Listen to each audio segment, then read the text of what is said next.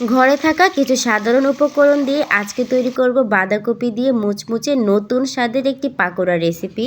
আপনারা হয়তো অনেকেই অনেকভাবে বাঁধাকপির এই পাকোড়াটা ট্রাই করেছেন, তবে আমি যেভাবে বানাচ্ছি এভাবে একবার হলেও ট্রাই করে দেখবেন।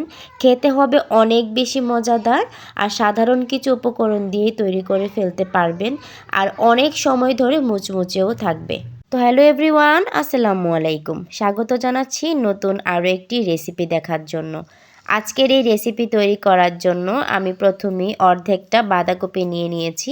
এবার এই বাঁধাকপিটাকে আমি একদম কুচি কুচি করে নিচ্ছি। বাঁধাকপির উপরে যে ময়লা পাতাগুলো থাকে সেগুলোকে আমি ফেলে দিয়েছি, আর বাঁধাকপিটাকে আমি সুন্দর করে কুচি কুচি করে নিচ্ছি। সেম এভাবে করে একটু কুচি কুচি করে নিতে হবে। এবার এই বাঁধাকপিগুলোকে আমি একটা বাটিতে তুলে এক সাইডে রেখে দিব। তারপর আমি এখানে একটা গাজর আর একটা আলু নিয়ে নিব। এবার আলুটাকে একটা পিলারের সাহায্যে আমি পরিষ্কার করে ছুলে নিচ্ছি। শুধু বাঁধাকপি দিয়ে পাকোড়া তো অনেকেই তৈরি করেছেন, তবে আলু আর গাজরটাও বাঁধাকপির পাকোড়াতে দিলে খেতে কিন্তু অনেক বেশি মজা লাগে। সেজন্য আমি এই আলুটা আর গাজরটাও দিয়ে দিব। এবার গাজরের এই মাথাটাকে আমি কেটে ফেলে দিব, আর গাজরটাকেও একটা পিলারের সাহায্যে একটু ছুলে নিতে হবে। যাদের বাচ্চারা সবজি খেতে একদমই পছন্দ করে না, তারা কিন্তু চাইলে এভাবে করে সবজিটাকে বাচ্চাদেরকে খাওয়াতে পারেন। সবজির পাকোড়া কিন্তু বাচ্চারা অনেক বেশি পছন্দ করে। আমার চ্যানেলে বাচ্চাদের জন্য আরও অনেক অনেক রেসিপি আছে মজার মজার, চাইলে আমার চ্যানেলটা ঘুরে আসতে পারেন। এবার গাজর আর আলুটাকে সুন্দর করে একটা গ্রেটারের সাহায্যে গ্রেট করে নিতে হবে। এই গ্রেট করে নেওয়ার কাজটা আপনারা চাইলে কিন্তু বটি দিয়েও করতে পারেন।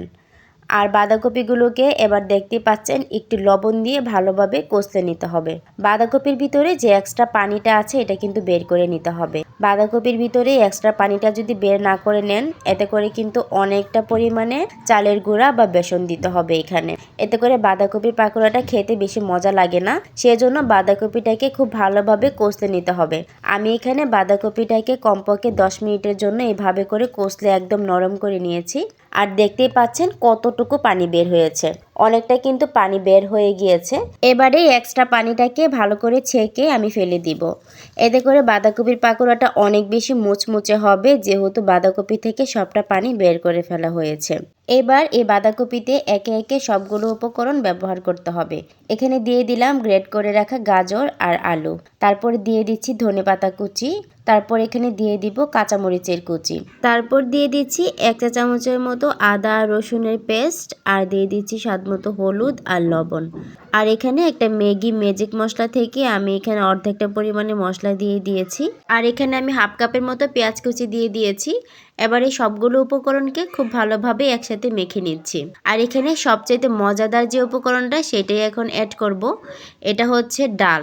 ডাল দিলে এই রেসিপিটা খেতে আরও অনেক বেশি মজা লাগে। তো ডালটাকে আমি আধা ঘন্টা যাবৎ একটু নর্মাল পানিতে ভিজিয়ে রেখে দিয়েছিলাম। এবার এই ডালটাকে আমি এখানে দিয়ে দিচ্ছি এই পর্যায়ে। এবার ডালের সঙ্গে সবগুলো উপকরণ খুব ভালোভাবে মেখে নিতে হবে।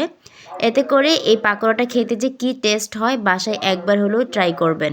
এবার এখানে হাফ কাপের মতো চালের গুঁড়া দিয়ে সবগুলো উপকরণকে একসাথে মেখে নিতে হবে।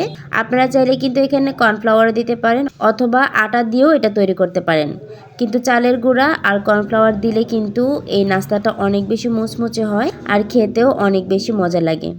আপনারা নিশ্চয়ই খেয়াল করেছেন এই পাকোড়া তৈরি করার জন্য আমি কিন্তু কোনো ধরনের পানি অ্যাড করিনি। পানি ছাড়াই এই পাকোড়ার ডোটা সুন্দরভাবে তৈরি করে নিতে হবে। তারপর যখন দেখতে পাবেন হাতের ভিতরে এরকম করে সুন্দর করে মুষ্টিবদ্ধ করলেই জড়ার মতো তৈরি হয়ে যাচ্ছে, তখনই এগুলাকে ভাজতে চলে আসছি। পর্যাপ্ত পরিমাণে তেল দিয়ে তেলটা যখন হালকা একটু গরম হয়ে আসবে, তখনই কিন্তু এই পাকোড়াগুলোকে দিয়ে দিতে হবে। আপনারা কিন্তু চাইলে এগুলাকে গোল শেপও করতে পারেন, আর একটু চ্যাপটা চ্যাপটা করে দিলেও কিন্তু ভালো হয়। এতে করে বেশি তাড়াতাড়ি মুচমুচে হয়ে যায়, খেতেও ভালো লাগে। আমি আজকে এভাবে জড়ার মতো করে তৈরি করছি। আপনাদের যেভাবে ইচ্ছা সেভাবেই তৈরি করতে পারেন। তো এক পাশ যখন হয়ে গিয়েছে তখন অপর পাশটা আমি উল্টে দিয়েছি। উল্টে পাল্টে অল্প আঁচে আমি এগুলাকে মুচমুচে করে ভেজে নিয়েছি।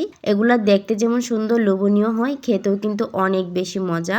আর যেহেতু মুসুরির ডাল দেওয়া হয়েছে, তাই জন্য কিন্তু খেতেও অনেক বেশি মজা লাগে আর অনেক পুষ্টিকর হয়েছে এই নাস্তাটা।